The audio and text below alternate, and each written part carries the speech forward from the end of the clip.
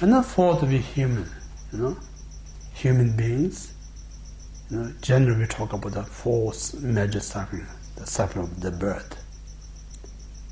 We think, oh, new baby come, but actually they have a tremendous fear the moment they're born.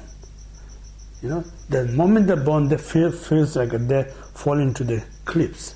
That kind of a fear comes. The moment you hold, the baby's skin is so soft, you feel like almost they fall in the thorn. So discomfort. So much suffering, not knowing how to express the suffering of the birth. So much pain with time of the birth. And then on top of that, we have a suffering of sickness. How uncomfortable. Even small sickness, how much feel uncomfortable. Then we have a suffering of aging. I used to run, now I can't run. I used to can read, but now I cannot read without my glasses. All this suffering of aging. And then one day we have the suffering of the death. Unavoidable, these things, circle of life. And then on top of that, we are parting one's loved one with our choice. We meeting people you have problems. And then you not getting what you want, suffering. When you got what you want, you have a worry about protecting these things, suffering. So in this way, if you think about always insecure in your mind, never be right. That's the suffering of human beings. These come from the desire mind, because we always not satisfied. Because we're not satisfied, there is no matter whatever you got, nothing that makes you happy. That kind of suffering in the human realms. And then you look a bit better than that, So this, what we call the three lower realm, is a prime suffering and suffering of suffering. Animal, hunger, ghosts, and hell beings. Now, human is a suffering of change. Also, as well as we exist, suffering of suffering. Prime our suffering is a suffering change. And then God realm also suffering change. Means like due to previous karma, you're born with everything so perfect until time of the death. The moment of the death, you're going to see 5 signs. They're saying like you used to never get sweating. The time of the death, you very easily get sweating. That's one sign. Then when you, as for the karma, when you wear the flower garland, it lasts many months. But the time of the death, if you put new morning, then afternoon already spoiled the flower. And then used to people respect you, time of the death, no one wants to know you. Almost like a successful business, almost time of the bankruptcy, then many of her friends don't want to be friends. That kind of sufferings. Then this time, there's like a psychological pain when he or she sees the end of the life. There's a suffering far more greater than hell beings. So it's a suffering change. And then demigod, they may have a much better, healthy life, but due to karma, they never feel comfortable seeing the God being God more than them. So always better with them. Almost you say some successful country, jealous to other country, then fighting. Same thing, so out of jealous, so much damage. So in this way, if you really look entire from hell beings to the God beings, there's no really suffering. So there's no happiness, all suffering, So all this suffering, So in this reason, in order to free both this suffering, one should practice Dharma. We should not attach. So attachment is created by ignorance mind. So because if there's no ignorance mind, then this attachment not going to rise. The moment you have attachment then every other delusion arises from that. Jealous comes from there, arrogance comes from there, then harmful thought comes from there. So it creates so many negative thoughts.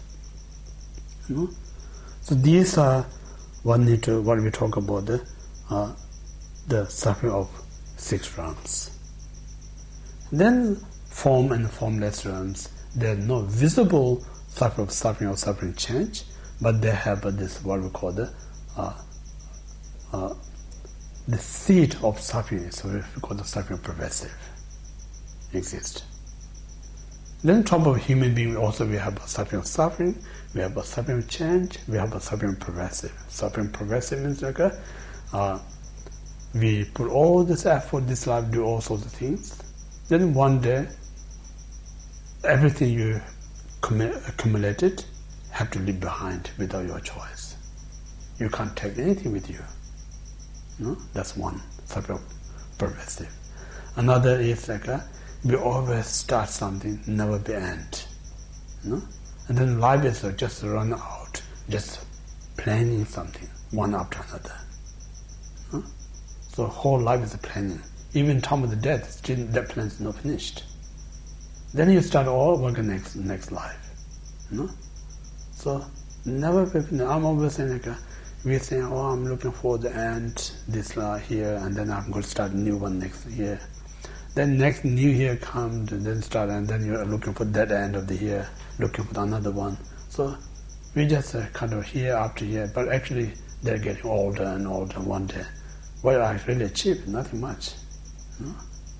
So that's the samsara, you know. We kind of this habit, always there, almost there, then end, we never be there.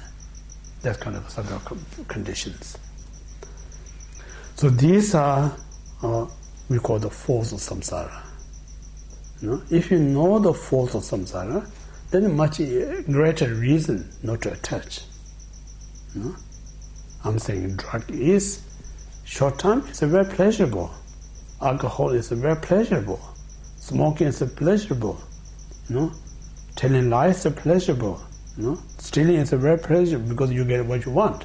But and what they brings you so much harmful things. You know?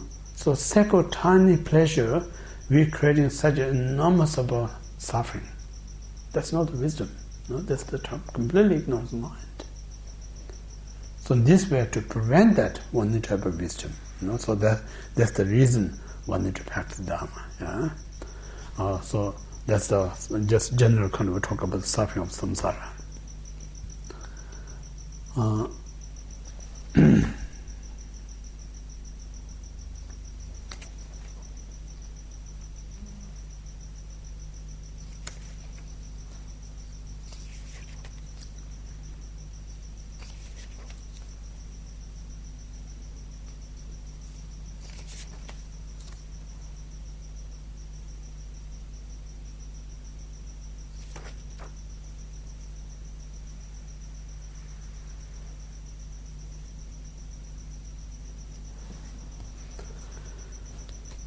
I think many of you have a similar kind of thought. When I was studying at such a college, you know, we study as same as I have 10 months, then we have a 2 months kind of holiday.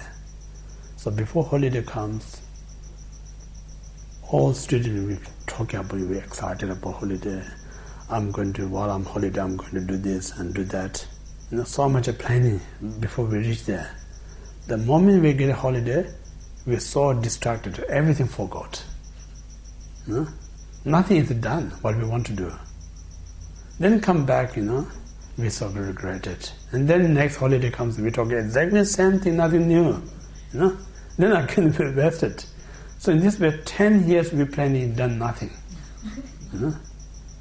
So this is a kind of a suffering pervasive, you know. We're so distracted, you know. So in this way, I'm saying like samsara is a distracting mind, such a one of the biggest robber that steals our precious time. You know? So in this reason, I think the most helpful to overcome this distraction mind is meditation. That's why the shamatha is so valuable, you know. Shamatha really helps you to stop wandering mind. Because when you wander mind, so many disadvantages there. So anyway, that's as we talk about suffering change or condition. So that's the suffering part. Now we talk a little bit about this suffering again, is you say, if you ask where this suffering comes, some religion says this comes without the reasons. Some they say someone created, but Buddha says these things nothing arises without the lack of cause, nor someone created. All this created by its own cause and conditions, interdependent power, interdependent nature. So this way, then we come on to the karma. Three, we talk about karma. So in order to explain the karma, then we talk about three things. So it's a very much a similar Four Noble Truth. The Four Noble Truth is the first one. We talk about the truth of suffering. Truth of suffering, again,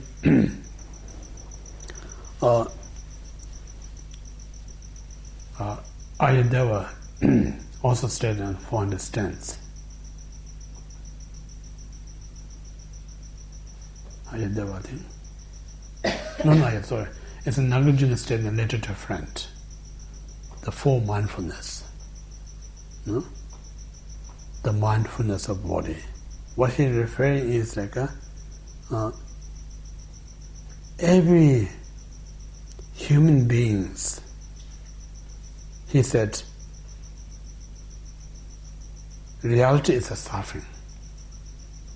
What that means, like if you don't look closely, you may see out there so many people happy. They're having holiday, they're having lots of fun, they're singing a song, traveling, making lots of money.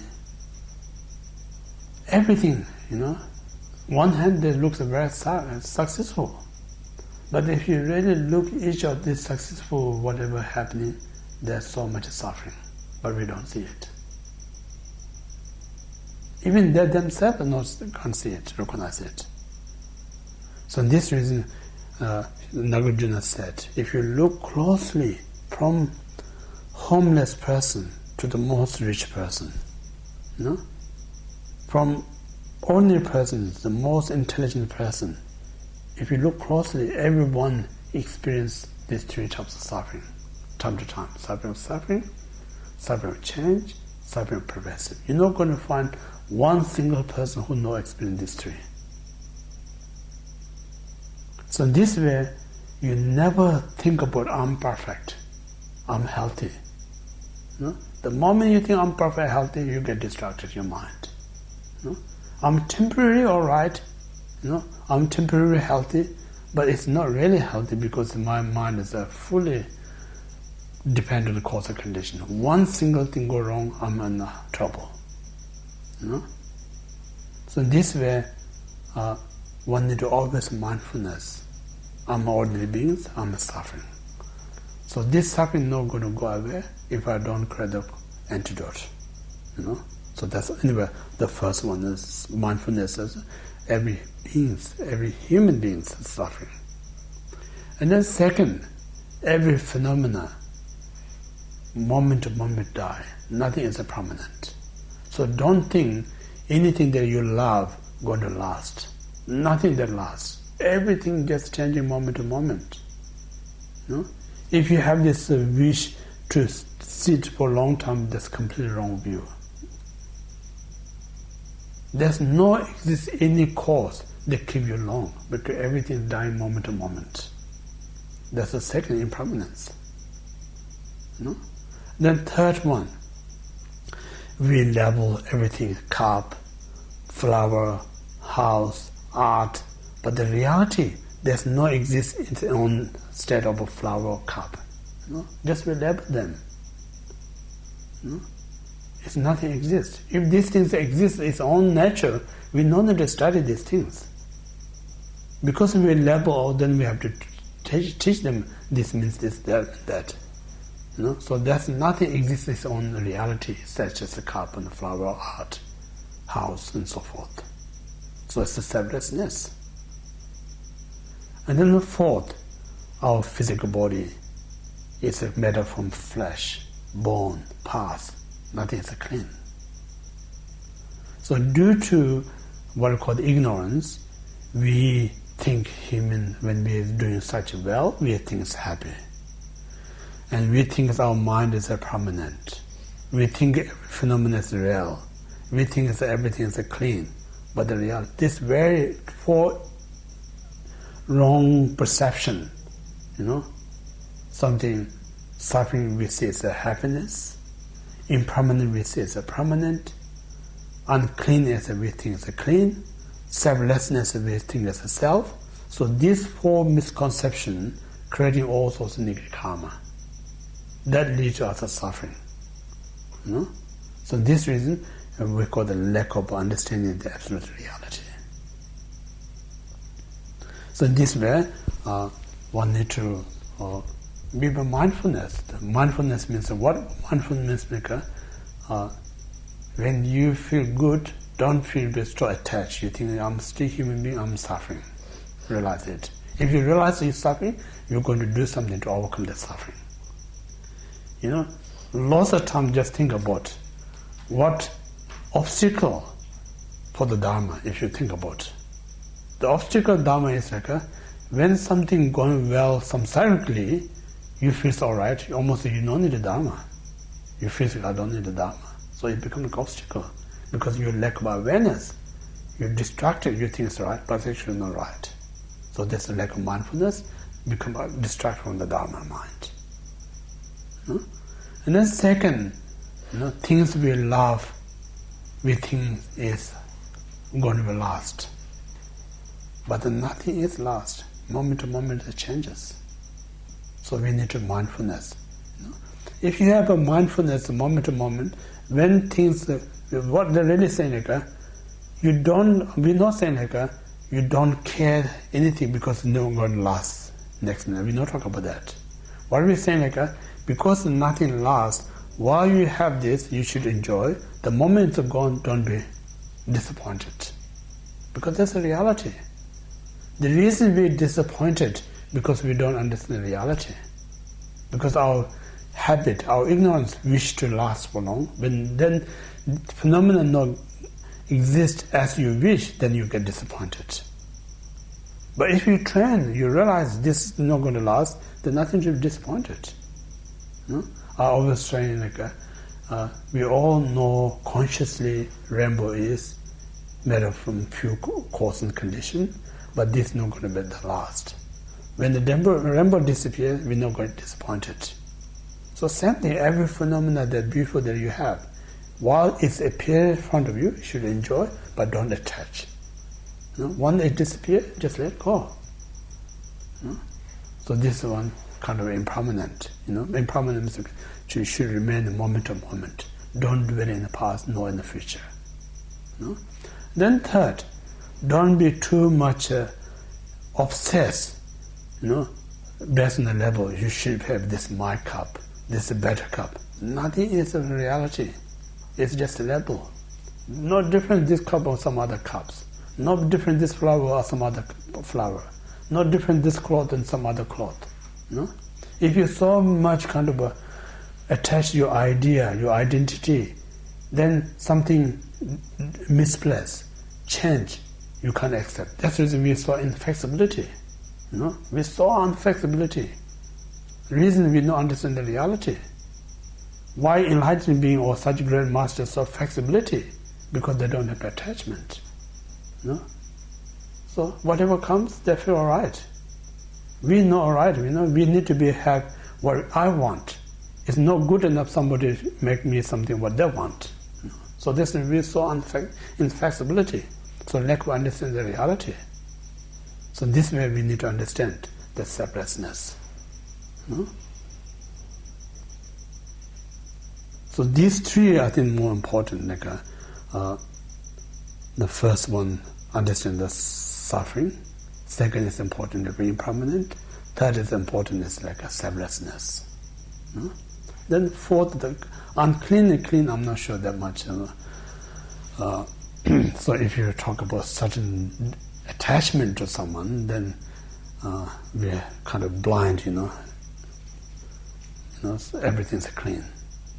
But if you don't have attachment, there's a clean, unclean, so on and so forth. So that's for mindfulness. Now, we talk about the, well, I'm talking about the Four Noble Truths, suffering of, truth of suffering, what I mentioned, all the 6 realms, whatever suffering, truth of suffering. Now, origin, the cause of the suffering, you may say 3 things I think is very important. All this suffering need to be 3 things to ripening or to result. Condition, cause, and root. 3 things. The condition is the karma. Cause is the defilement. Root is a grasp of self. So these 3 is the origin of suffering. All suffering comes from these 3. Negative karma, delusion, and grasp of self. So as long as you have these 3, you're going to experience one of the 3 sufferings. Yeah? So that means what we're saying, in hell, all these 6 realms, we have all these 3 types of suffering. But then from the formless realms, we don't have actively creating karma, but they have a grasp of self, so suffering condition there. Yeah? So now that's what we talk about negative karma. So negative karma, in normal talk we talk about 3 karmas, negative karma, positive karma, and neutral karma, 3 things. And then negative karma, again, I think Nagarjuna said in a letter to a friend, how it becomes like a powerful negative karma or less powerful negative karma. So according to the power of the negative karma, the result is going to be a different kind of, if you're powerful negative karma, the result is going to be a very intensive result. If it's less powerful, then the result is going to be less. So it's kind of measured by, how much you press the, what called the clock, the car. Accelerate. If you more press, you go faster. Less press, you go slower. So same like how the energy of your karma, that much brings the result. So again, Nagarjuna stated the 5 things cause a very powerful negative karma. The first one, he is saying action. If you committing action negative every day, then it becomes very powerful, the first one. And the second one, you have such a strong intention to harm someone. That's the second cause of powerful your negative karma. And the third one is you committing this karma, the person who is supposed to be a very respectable person, say your parents who love so much to you, your spiritual teacher who gave you so much. If you harm them, then it's very powerful. Not just once, constantly you harming them, it's the third cause of powerful things. And the fourth is you always kind of harming to all beings, regardless of who they are. That's the fourth powerful. And then fifth is such a strong motivation, anger, jealous, or arrogant. So when you have this 5 kind of using in every day, they become a very powerful negative karma. So this powerful negative karma then brings different result. So that's the one way to describe how karma makes it powerful. Yeah. But then within karma, we talk about 10 negative karmas. In general, of course, in the karma, no one can count how many karmas there, but we sum up into 10 negative karma. So 3 in the mental state, 4 in the vocal state, and the 3 in the physical state. So mental state is coveting mind, harmful thought, and wrong view. So just having a little bit of coveting mind, they're not going to complete. So you have that coveting mind, then you act to get something, then it becomes like a complete one. So when you complete one, you're going to have a complete result. Or you always have a coveting mind, more it stay in your mind, it becomes more stronger. Khenpo Ngawang Buddhist said, more you let stay your negative mind, even though it's not growing, but more it stay, it becomes more heavier in your mind. More it becomes heavier, you're going to be more unhappy yourself, more disturb yourself. You know?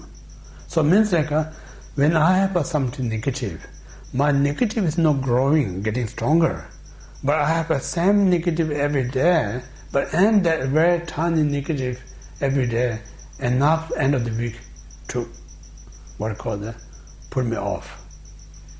You know? Enough to me to collapse. You know? So this reason we are saying like and I think 37 practice about Soto by Tommy, you know, he said, you know, whenever delusion arises, instantly you smash them. If you don't smash them, let them stay, then it keep growing, and then it becomes very so comfortable, very hard to get rid of it. You know? So this reason is so important. So in this way, we just think about it. Even in our home, you know, how much we're careful when we light a candle. You know? It's a candle is a tiny flame, but we're so careful. Why? The reason we know this flame enough to burn the house. You know? So exactly the same thing. This tiny negative is enough to burn your virtuous mind. You know? No need a big fire. You know? This small flame is enough to kind of destroy your peace. So why we not concerned in this negative mind? You know? Why we let them stay? But we're so much concerned, tiny things that burn, ordinary things. You know? So in this way, constantly we need to aware, my inner negative flame is a far more danger than the outer candle flame. This is really important. It's a really kind of reality, you know. So something is a very danger, we don't worry that much. Something is a very little danger, we think it's so important. So that's a big, it means like we're immature, not mature enough. You know? So this negative, or what we call the coveted mind. Then second is a harmful thought. You know, harmful thought. You know, again, the moment you have this harmful thought, and that state of mind, there's no peace. You know? Then, long run, this very harmful thought going to come all this unpleasant speech. This harmful thought, your expression changes. You know, or one of the the qualities of the Buddha is that Buddha saw look magician and also what call that majestic. You know, Buddha appears so majestic, so attractive, so beautiful. All this is as a result of practice passions. Never let disturb his mind. You know, always tolerate. So this very tolerant mind made him such an attractive person. So in this way, a sentient being who looks so unattractive is created by individual harmful thoughts. You know? So what we say, Buddhism saying like, this physical body actually is a manifestation of our mind. What state of the mind is going to manifest in the body? You know? So in this reason, you know, even kind of a parent's point of view, you know, if we really want to look good, we should not allow this harmful thought come. You know? The moment this harmful thought comes, even you dress like $1,000 worth of a dress, no one going to see you beautiful. You know? So this is so important. The best dress that you look good is like remove this harmful thought. That's the second one. Then third is we call the wrong view. Wrong view means like when I'm telling lie, I'm going to be happy. When I'm stealing, I'm going to be successful. They are wrong view. Committing wrong action, how could it bring you happiness? You know? So in a samsara, everything, most of it, what we do is the best and wrong view. That's the reason we work tirelessly, but we not get happiness. Because we're not creating the right cause. You know? Just working hard is not going to get you what you want. We need to do the right cause to get the right result. So that's the third, the wrong view. So these are, we call the three negative mind. So three negative mind, if you're not careful, so these very three negative mind are the cause of all the suffering that we explained previously, 6 realms suffering. This is not manifest without a reason, are created by this three mind. So these are really important. Once you recognize the cause, if you first we need to know the discomfort of the suffering, then second, this created by these thoughts, then there is a motivation to remove it. Okay, so we stop here tonight.